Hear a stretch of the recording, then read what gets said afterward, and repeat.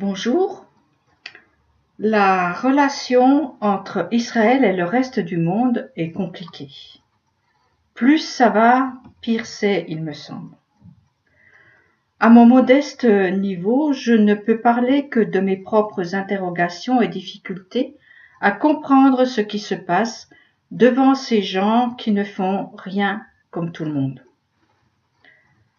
Interrogation, difficulté, ce sont des mots trop faibles, honnêtement. En fait, c'est quelquefois de la colère, souvent une envie de les étrangler. Ces empêcheurs de tourner en rond sont agaçants. Et comme je ne suis pas masochiste, enfin, pas plus que la normale, je n'aime pas ce caillou dans ma chaussure. Elihu dit à mon ami Job, perdu au milieu de ces souffrances qu'il n'aime pas, « À la vérité, Dieu parle. Une fois, même 2 fois, on n'y fait pas attention. » Elihu précise, par la souffrance et par les songes. Le but étant de détourner les gens de leurs agissements, dit-il, donc précisément les empêcher de tourner en rond. Une douleur, un cauchemar, arrête. Qui est là? Qui frappe? Quelqu'un ose-t-il me déranger dans mon train-train? Caïn face à Abel avait le même problème. Il souffrait dans son âme. Il a fait l'erreur d'éliminer le caillou au lieu de se rendre compte qu'il y avait un trou dans sa chaussure et qu'il aurait de plus en plus mal. C'est malheureux, mais pour faire avancer un animal, il faut un instrument qui va le piquer, un pic, un fouet, des éperons. Je n'ai pas dit maltraiter. Juste qu'il sente qu'il doit changer de direction ou de vitesse. Attirer son attention, quoi, le sortir de son idée fixe. Pour nous, c'est pareil. Le bébé, à la naissance, s'il ne crie pas, on lui donne une petite tape pour le faire réagir. Alors, il respire. Pour l'homme, il y a des stops. Arrête et sache. Ce sont des contraintes et les plus désagréables sont les plus efficaces. Un coup de frein est une contrainte sur la roue. Si elle pouvait parler, elle gémirait. C'est d'ailleurs ce qu'elle fait si c'est trop brutal. Nous autres, non-juifs, nous avons un gros problème. Plus qu'un, mais un à la fois, s'il vous plaît. Nous avons eu le cerveau lavé avec cette obligation d'aimer. Un amour qui dégouline de partout à tort et à travers. Surtout, interdiction de ne pas être aimé par Dieu. Ce qui est la pire des perversités. Et interdiction de dire « j'aime pas ». Il est même anormal d'avoir mal, car la souffrance est sublimée en vertu. Lorsque j'étais encore fiancée, je travaillais en Suisse allemande. Mon fiancé était en Afrique dans le cadre de la coopération militaire. Nous avions décidé de nous marier et je repartirai avec lui. L'organisme qu'il utilisait a donc dépêché dans ma chambre grosse comme un mouchoir de poche 3 inspecteurs pour voir si j'étais assez chrétienne pour le rejoindre. Entre parenthèses, les voyages étaient bien entendu à nos frais, aller-retour pour nous deux. En fin d'interrogatoire, j'ai eu la mauvaise idée de dire ma solitude et ma tristesse dans ce pays dont je comprenais mal la langue, et puis cela faisait tout de même presque 1 an que nous étions séparés. Le coup de fouet n'a pas tardé. On me dit, on n'est jamais seul quand on est avec Jésus. Sous-entendu, tu as encore du chemin à faire, ma belle, pour ne plus rien ressentir. devenir un mort vivant, froid, dur, imperméable à tout changement, une statue qui dit « j'aime »,« je t'aime ». Mais moi j'ai pas aimé cette doctrine. Je préfère regarder en face ce qui ne va pas. Trouver ce qui se cache plutôt qu'être cette poule qui braille « j'aime, j'aime » dès qu'elle a pondu un œuf qui a eu du mal de passer. Ce que j'essaie de dire, c'est que pour moi, ce qui me dérange chez les Juifs me transforme, car cela me contraint, comme les mains du potier contraignent l'argile. Quelquefois, des pans entiers de mes pensées sont brisés. Je ne peux pas dire que j'aime, mais je sais que c'est nécessaire, et alors cela devient un peu aimable. J'aime pas quand j'entends, je vous le dirai pas, la liste est trop longue. J'aime pas quand on refuse ma poignée de main. J'aime pas quand on m'exclut des fêtes.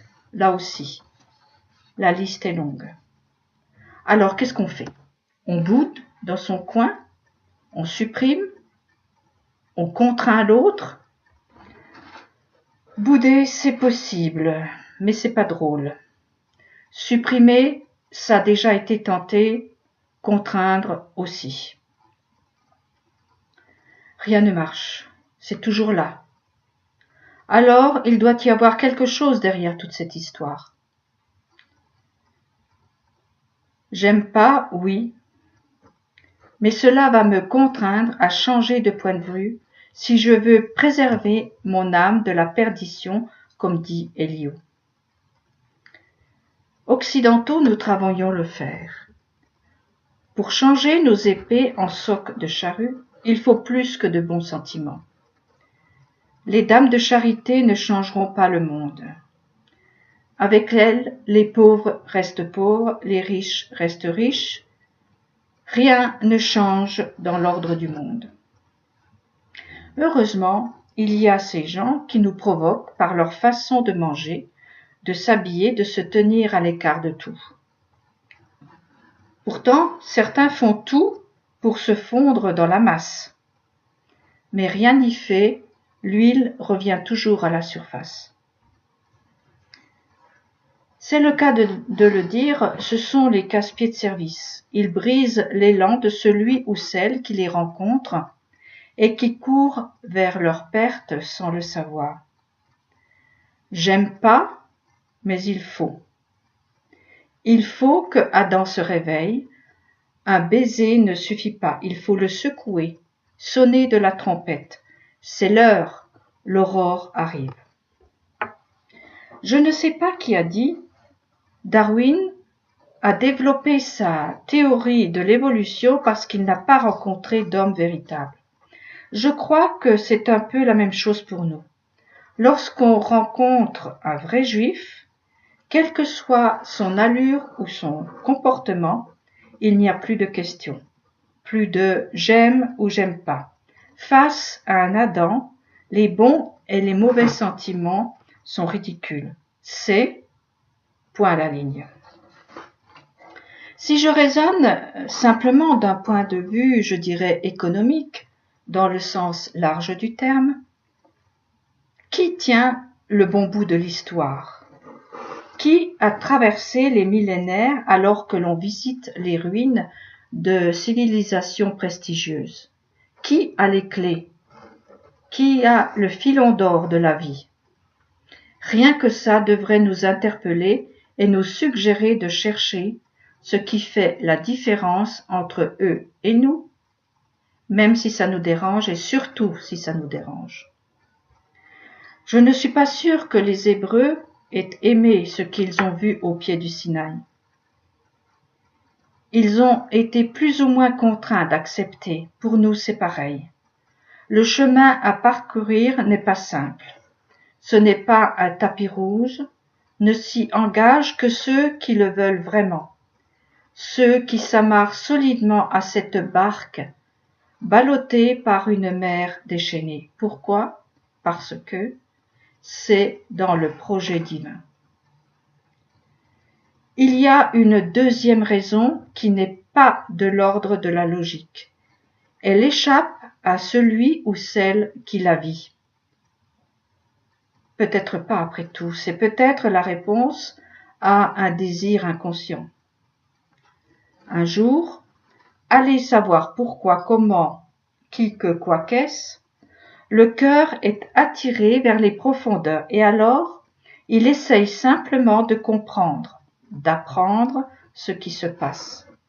Voilà les fils d'Adam, des hommes, des femmes qui tout à coup sont attirés par le livre fondateur de ce peuple que les plus âgés d'entre nous ignoraient. Ils ignoraient leur existence à part en tant qu'anciens, hors jeu depuis longtemps, trop vieux pour comprendre les problèmes de notre temps. Mais peut-être pour certains, et ce sont des chanceux, ce fut une découverte merveilleuse. Cela n'a pas été mon cas. Beaucoup de choses m'ont choqué et me choquent encore. Mais il faut briser l'obstacle par petits morceaux, comme on démolit un mur, pierre par pierre. Ceux qui reviennent et que l'on appelle désormais fils d'Adam découvrent qu'ils sont quelqu'un qui leur est aussi étranger qu'un caillou dans leurs chaussures. Ils ne l'aiment pas. Ils n'aiment pas le dérangement qu'ils subissent dans leurs idées bien arrêtées, rangées sur des étagères poussiéreuses. Mais il faut avancer, écouter. Le chemin va s'éclaircir au fur et à mesure. Il ne faut pas se laisser impressionner par les obstacles. Ils sont là pour nous tester notre motivation et nous aider à nous redresser. En y regardant de plus près, en me courbant au maximum, j'ai vu le trou dans ma chaussure. C'est celui où le serpent mord et se nourrit des forces divines qui sont dans chaque fils d'Adam.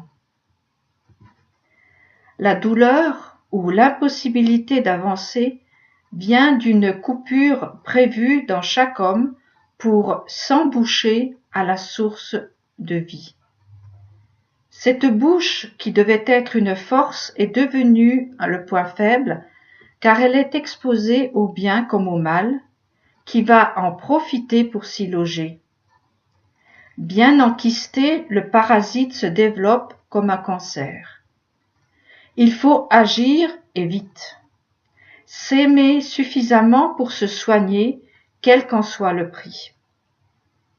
À force de mettre nos pieds dans ceux qui nous ont précédés sur ce chemin de la vie, l'autre lâchera prise car il n'aime pas le vin de cette vigne recueillie dans les vignobles de l'Éternel.